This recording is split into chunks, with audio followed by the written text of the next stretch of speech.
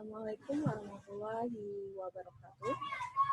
Eh, kali ini saya akan mereview mengenai pemenuhan kebutuhan gizi karyawan.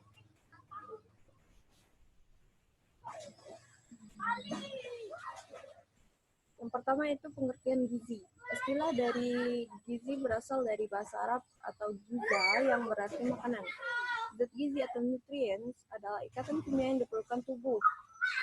Nah, hal ini berfungsi yaitu untuk menghasilkan energi, membangun dan memelihara jaringan, serta mengatur proses-proses kehidupan, termasuk dalam memelihara proses tubuh dalam pertumbuhan dan perkembangan, yaitu pergantian sel-sel yang rusak dan sebagai zat pelindung dalam tubuh, dengan cara menjaga keseimbangan cairan tubuh. Ruang lingkup gizi kerja. Yang pertama, penentuan jenis bahan makanan, perencanaan menu, penentuan porsi makanan, pemasakan, penyimpanan, kemasan, pengangkutan, pemeliharaan, penyajian, dan yang terakhir yaitu pengawasan makanan untuk tenaga kerja.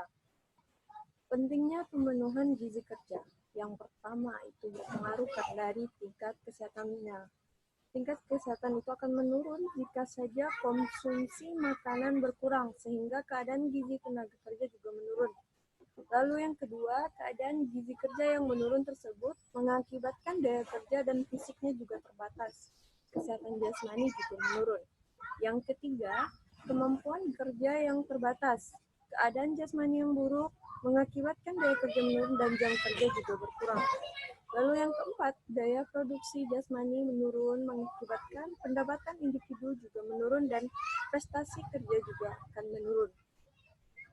Fungsi dari zat gizi yaitu pemenuhan sumber gizi, pertumbuhan dan pertahanan jaringan tubuh sebagai pengatur proses di dalam tubuh. Lalu jenis pekerjaan ini ada apa saja? Yang pertama itu yang ringan, seperti menulis, mengetik, menjahit, mengendarai mobil atau sopir pribadi, kerja kantor, kerja lab, dan lain-lain. Sedangkan jenis pekerjaan yang sedang yaitu seperti bertani, berkebun, mengemudi traktor dan alat-alat besar, mencuci, memeras, dan menjemur pakaian, menyetrika, mendorong kereta ringan dengan kerja lainnya yang banyak bergerak, tetapi tidak begitu banyak menggunakan otot. Lalu jenis kerja yang berat itu seperti menjangkul di sawah atau di kebun, mengangkat atau memikul barang-barang berat, menggergaji kayu atau besi, memotong kayu di hutan, menarik, mendayung becak, kerja tambang, dan lain sebagainya.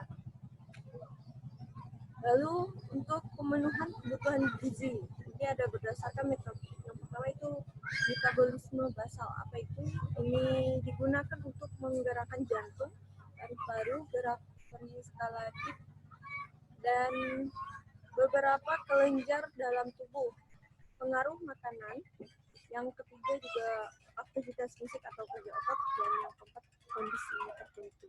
Ini penentuan dari kategori kebutuhan gizi. Lalu faktor-faktor yang mempengaruhi status gizi tenaga kerja. Ada 6 faktor. Yang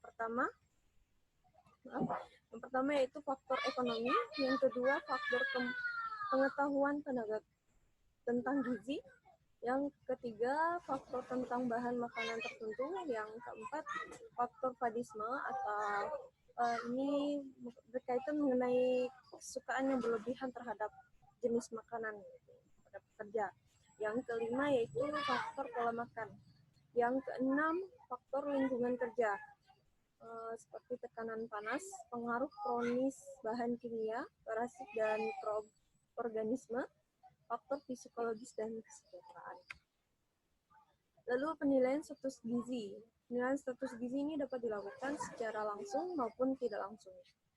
Untuk yang secara langsung itu antara lain dengan antropometri, secara klinis, biokimia, dan biofisik. Sedangkan penilaian secara tidak langsung dapat dilakukan dengan survei konsumsi makanan, statistik vital, dan faktor ekologi. Ini menurut Dewan Nyaman Suprisa 2001. Secara langsung dengan antropometri ini berarti ukuran tubuh manusia.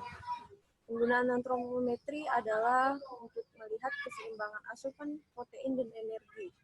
Keseimbangan ini terlihat pada pola pertumbuhan fisik dan proporsi jaringan tubuh seperti lemak, otot, dan jumlah air dalam tubuh.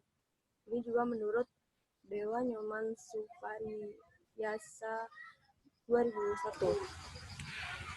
Salah satu bentuk penilaian gizi ini melalui indeks antropometri, yaitu dengan menghitung indeks massa tubuh atau IMT. Masalah kekurangan dan kelebihan gizi pada orang dewasa atau usia 18 tahun ke atas ini merupakan masalah penting karena selain mempunyai risiko penyakit tertentu juga sangat mempengaruhi produktivitas kerja. Oleh karena itu, pemantauan keadaan tersebut perlu dilakukan secara berkesinambungan. Salah satunya cara adalah dengan mempertahankan berat badan yang ideal dan normal. Indeks massa tubuh atau IMT merupakan alat atau cara yang sederhana untuk memantau status gizi orang dewasa, khususnya yang berkaitan dengan kekurangan dan kelebihan berat badan.